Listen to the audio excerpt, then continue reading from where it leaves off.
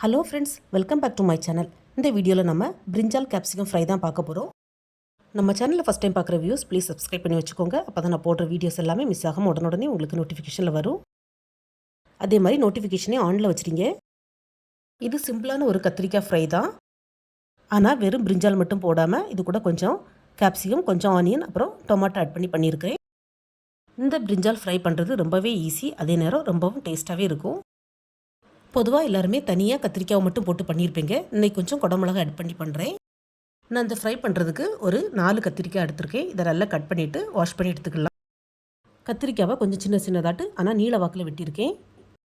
நீங்கள் உங்களுக்கு எப்படி வேணாலும் வெட்டிக்கோங்க. அது கூடவே கொஞ்சம் கேப்சிகம், அப்புறம் வெங்காயம், அப்புறம் தக்காளி எல்லாமே நீளமாக கட் பண்ணி எடுத்துருக்கேன்.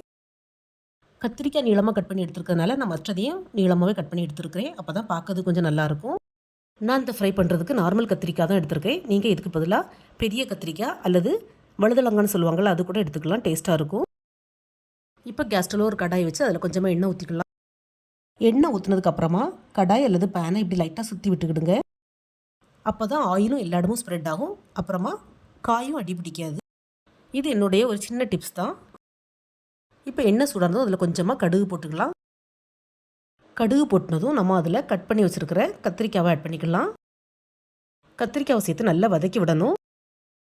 பொதுவாகவே கத்திரிக்காய் வதங்க நிறைய நேரம் ஆகாது, சீக்கிரமாகவே வதங்கிடும். இப்போ கத்திரிக்காய் பாதி அளவுக்கு வதங்கிடுச்சு. இந்த ஸ்டேஜில் கொஞ்சமாக தேவையான உப்பு ஆட் பண்ணிக்கலாம். கூடவே கொஞ்சமாக மஞ்சள் பொடி, கொஞ்சமாக காஷ்மீரி மிளகாத்தூள், கொஞ்சமாக மல்லித்தூள் சேர்த்து நல்லா வதக்கி விட்டுக்கலாம். ஃப்ரெண்ட்ஸ், நான் இந்த ஃப்ரைக்கு இஞ்சி பூண்டு பேஸ்ட்டு சேர்க்கல. உங்களுக்கு விருப்பப்பட்டால் கொஞ்சமாக இஞ்சி பூண்டு பேஸ்ட்டு கூட சேர்த்துக்கலாம், நல்லா தான் இருக்கும். மிளகாத்தூள் மல்லித்தூள் உள்ள பச்சை வாசனை போனதும் நம்ம கட் பண்ணி வச்சுருக்கிற குடமிளகாவை ஆட் பண்ணிக்கலாம். குடமிளகா சேர்த்து லைட்டாக வதக்கி விட்டுக்கலாம். பட் குடமிளகா சேர்த்தோன்னே லைட்டாக தண்ணி விடுற மாதிரி இருக்கும், ஆனால் சீக்கிரமாக ட்ரை ஆயிரும். இந்த ஸ்டேஜில் கூட கொஞ்சமாக எண்ணெய் சேர்த்து வதக்கிக்கலாம்.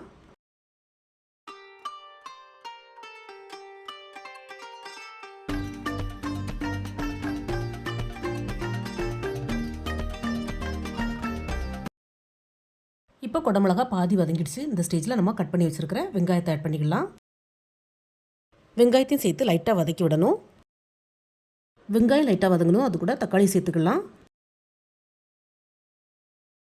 தக்காளி சேர்த்து லைட்டாக கிளறி விட்டுட்டு அப்படியே கொஞ்சம் நேரம் ஃப்ரீயாக விட்டுறலாம். கரண்டி போட்டு கிளற எதுவும் வேண்டாம். வேணும்னா ஒரு லிட்டு போட்டு கூட மூடி வச்சுக்கலாம். ஆனால் ஒரு 2 மினிட்ஸ்லேயே கத்திரிக்காய், குடமிளகாய் எல்லாம் நல்லா வதங்கி சுருண்டு வந்துடும்.